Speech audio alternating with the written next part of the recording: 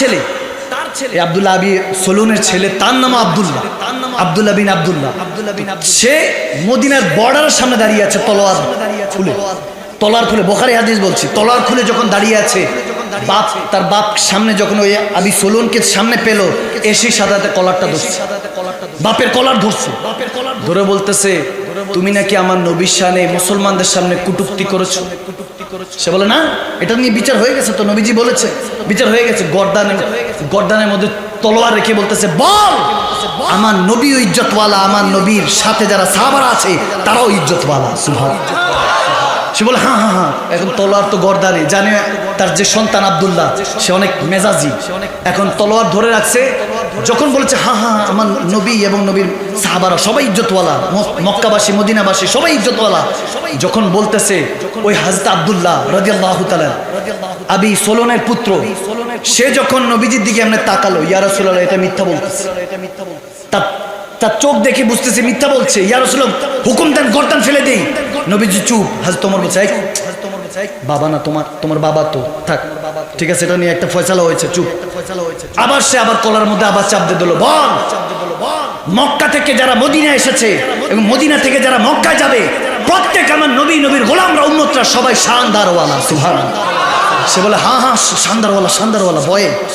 ভয় যখন সে তলোয়ার এখনো নামায় নাই, আমার নবীর দিকে আবার তাকায় বলতেছেন আব্দুল্লাহ, ইয়া রাসূলুল্লাহ এটা মিথ্যুক। তার চোখ নড়বড় হচ্ছে, জুবান নড়বড় হচ্ছে। দেখবেন যা মিথ্যাবাদী সে চোখে চোখ রেখে কথা বলতে পারে না, ঠিক কিনা?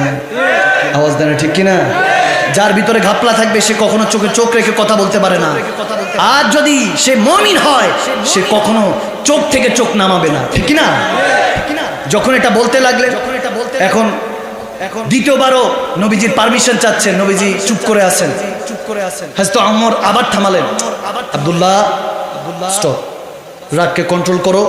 নবীজি যেখানে দাঁড়িয়ে আছেন বেয়াদবি করে না, রাগ কন্ট্রোল করো বলতেছেন। তৃতীয়বার আবার হযরত আব্দুল্লাহ আবু সুলনকে তার বাবার গর্দানের মধ্যে তলোয়ার আরো শক্ত মতো ধরে বলে, বলো নবীজি আরশের মেহমান, সে আরশের মেহমান, আমার প্যারা নবী আজ থেকে শুরু করে কিয়ামত পর্যন্ত এবং কিয়ামতের পরও নবীর গোলামরা, নবীর উম্মতরা শানদারওয়ালা।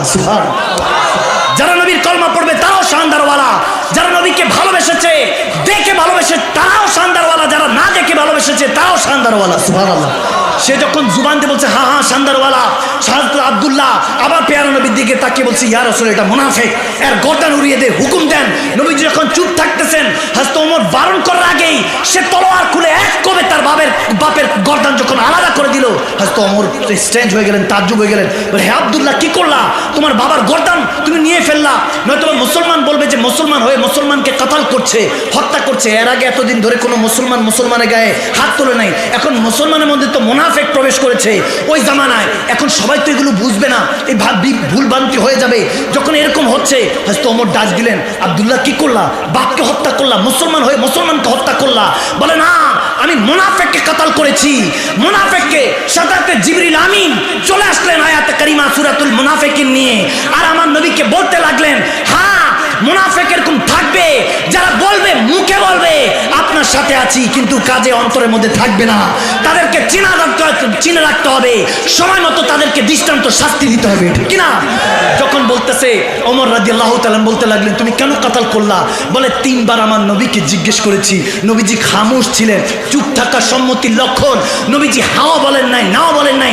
তৃতীয়বার যখন নবীজি দেখলাম কোনো হা না বলে নাই, বুঝতে পারলাম আব্দুল্লাহ মুমিনা চিনতে দেরি নাই, কওমিনকে এখনই জাহান্নামে, ফিনার জাহান্নামা খালিদিনা, জাহান্নামে পাঠাতে হবে। এজন্য সাদাতে তার গর্দান উড়িয়ে আমি তাকে জাহান্নামে পাঠিয়ে দিয়েছি।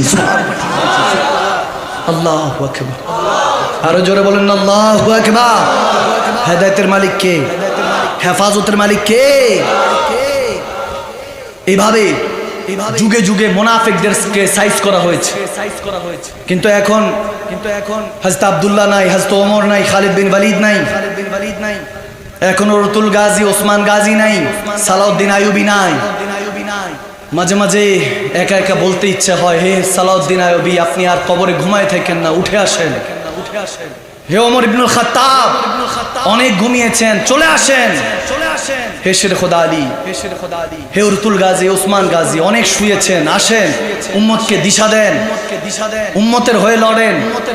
এখন জোর যার মুল্লুকতার অবস্থা এমন চলতেছে। আগে জালেম নাকি ছিল, জালেমকে হটিয়েছে, আবার কুরসিতে বসছে, আবার জালেম। আওয়াজ দেন। আল হক মরুন, হক কথা একটু তিতা তো, ওই জন্য আওয়াজ বার হয় না আপনাদের।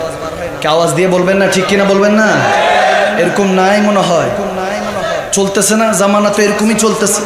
যাকে বিশ্বাস করছি সেই ধোকা দিয়ে বোকা বানাচ্ছে, ঠিক কিনা? দুনিয়া একটা ধোকা। মৃত্যু আপনাকে চিনিয়ে দিবে কে আপন কে পর। ওই দিন দুধ কা দুধ পানি কা পানি হয়ে যায়গা। ওই দিন কোনটা দুধ কোনটা পানি আপনার কাছে ক্লিয়ার হয়ে যাবে। সব দেখবেন আপনার মৃত্যু দেখে পেরেশানি। কত দেখেছি লাশ, বৃষ্টি পড়তেছে, অট্টালিকা, তিনতলা বিল্ডিং, ডুপ্লেক্স ট্রিপ্লেক্স বিল্ডিং, বাইরে লাশ পড়ে আছে, বৃষ্টি হচ্ছে বিদায়, সব পরিবার ভিতরে, লাশ বাইরে। যে আরামের ঘুমকে হারাম করে অট্টালিকা তৈরি করে দিয়ে গিয়েছে। এই হলো দুনিয়া। যতক্ষণ দিতে পারবেন ততক্ষণ লোকমা তুলে তুলে খাওয়াবে। আওয়াজ দেন, আওয়াজ দেন।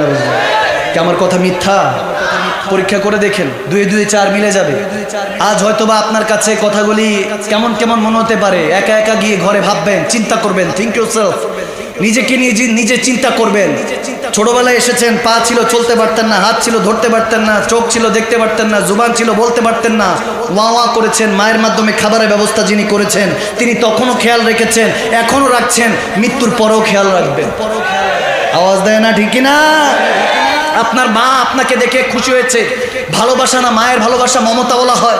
বাবা আপনাকে দেখেছে, বলে আমার মতো, দাদা বলে আমার মতো, দাদি আমার মতো, নানি নানা পরিবার পরিজন আমার মতো। অনেকে আপনাকে বাবা মার মতো তুলনা দিয়েছে, কিন্তু বান্দা আপনি হইছেন আপনার মতোই।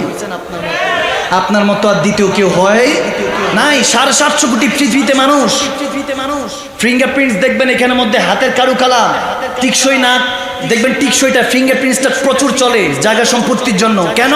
কারণ এই জায়গায় যে কারুকালাম রেখেছে আল্লাহ তাবারক ওয়া তাআলা, যত পৃথিবীতে আদম সফিউল্লাহ থেকে এই পর্যন্ত মানুষ এসেছে এবং আসবে মাহাদি আলাইহিস সালাম পর্যন্ত, যত আসবে আর যাবে, হাতের এই ফিঙ্গারপ্রিন্টসের মতোই কেউ কারো না। আরো জোরে সুবহানাল্লাহ বলেন না, আরো জোরে বলেন না সুবহানাল্লাহ। পকেটে হেডফোন রাখলে দেখবেন পেঁচ খাওয়া যায়, বলবেন জীবনের মতো পেঁচ খাওয়া গেছে, খুলতেই চায় না। কথা কয় না, যুবকরা কথা কয় না। হেডফোন রাখলে দেখবেন পেঁচ খাওয়া যায়, কিন্তু আমাদের ভিতরে ইমিউনিটি সিস্টেম থেকে শুরু করে আমাদের ভিতরে যে ডিএনএ আছে, যে ডিএনএর কারণে আপনি কার সন্তান এটা জানা যায়। এখনকার মেডিকেল সায়েন্স বলছে এই ডিএনএ সূর্য থেকে পৃথিবী পর্যন্ত 50,000 বার বান দেওয়া যাবে। আর সুবহানাল্লাহ কয় না, আরো জোরে পড়েন না সুবহানাল্লাহ। শরীরের মধ্যে প্যাঁচ খায় না। কত বড় পৃথিবী থেকে 300 বছরের রাস্তা সূর্য। কে এত নিখুঁত করে আপনাকে আমাকে বানিয়েছে? তাহার কাছে চেহারাটা দেখাতে হবে বান্দা। হযরতে আল্লাহু আকবার, হযরতে ইয়াকুব আলাইহিস সালাম, কিংবা মতান্তরে হাদিসে এসেছে হযরতে ইয়াহিয়া আলাইহিস সালাম জিজ্ঞেস করছেন, আল্লাহ আমার জামানায় সর্বশ্রেষ্ঠ বান্দাটাকে? আল্লাহ বলতেছেন, একজন শ্রেষ্ঠ বান্দা আছে যাকে আমি সব খাজানা দিয়েছি এবং আমি তার উপর রাজি। নবী রাসূলের পরে কার উপর রাজি থাকলে ওই বান্দার উপর রাজি। সুবহানাল্লাহ। বলে আল্লাহ তাকে কি দেখার সৌভাগ্য হতে পারে? হযরত জিবরিল চলে আসলেন। জিবরিল আলাইহিস সালাম এসে বলে, ইয়াহিয়া আলাইহিস সালামকে যে আমার পিঠে চড়েন, দেখাই নিয়ে আসতে যাচ্ছি। যখন পিঠের মধ্যে চড়লেন, জিবরিল আমিন ডানা ঝাপটাচ্ছে। দেখতে দেখতে একটা পাহাড়ের সামনে আসলে, এসে দেখেন ওই পাহাড়ের সামনে এসে দেখতেছেন একটা যুবক ইবাদতে মসরুফ হয়ে আছেন, হাল বেখুদ হয়ে আছে, হাল ঠিক নাই। আল্লাহর কাছে শুকরিয়া আদায় করছেন চোখের পানি ছেড়ে। বলে আল্লাহ তুমি এত ভালো রেখেছো, এত ভালো রেখেছো, এটা শুকরিয়া কিভাবে আদায় করব? আল্লাহ তুমি আমাকে যা দিয়েছো হয়তো বা কোটি কোটি বান্দাকে তা দাও নাই। আল্লাহ তোমার এই দরবারে কোটি কোটি শুকরিয়া আদায় করছি। ইয়াহিয়া আলাইহিস সালাম, হযরত ইয়াহিয়া আলাইহিস সালাম খেয়াল করে দেখতেছেন তার 2টা পা নেই, 2টা হাত নেই, 2টা চোখ নেই, হয়তোবা কানেও শুনতে পায় না। জিবরিল আমিন চোখের পানি ছেড়ে দিলেন। ইয়াহিয়া আলাইহিস সালাম বলতেছেন, ইয়া জিবরিল, ইয়া আখি, ইয়া ভাই, এটা কেমন নিয়ামত? তার কিছু নাই, তারপর বলতেছে আল্লাহ এত কিছু দিয়েছে, এটা কেমন শুকরিয়া? বলে যখন বান্দা বেখুদ হয়ে যায়, যখন নিজের মধ্যে থাকে না,